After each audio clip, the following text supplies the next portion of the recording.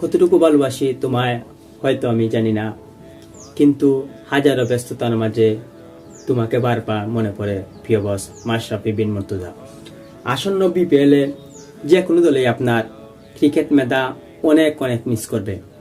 আমি ভেবেছিলাম হয়তোবা আপনাকে যে কোনো দলেই কোচিং প্যানেলের সাথে যুক্ত করতে পারে, আপনার যে ক্রিকেট মেধা সেই মেধা কাজে লাগানোর জন্য, কিন্তু কই, আর তো হলো না। টিভির সামনে বসে থাকবো, গ্যালারিতে গিয়ে খেলা দেখবো, কিন্তু আমার প্রিয় বস, যাকে আমি আমার হৃদয়ের গভীর থেকে ভালোবাসি, সেই মাশরাফি বিন মুর্তজার ওই মায়াবী চেহারা আমি দেখতে পারবো না। মাশরাফি বিন মুর্তজা আমার দেখায় বিপিএলের সর্বকালের সেরা অধিনায়ক।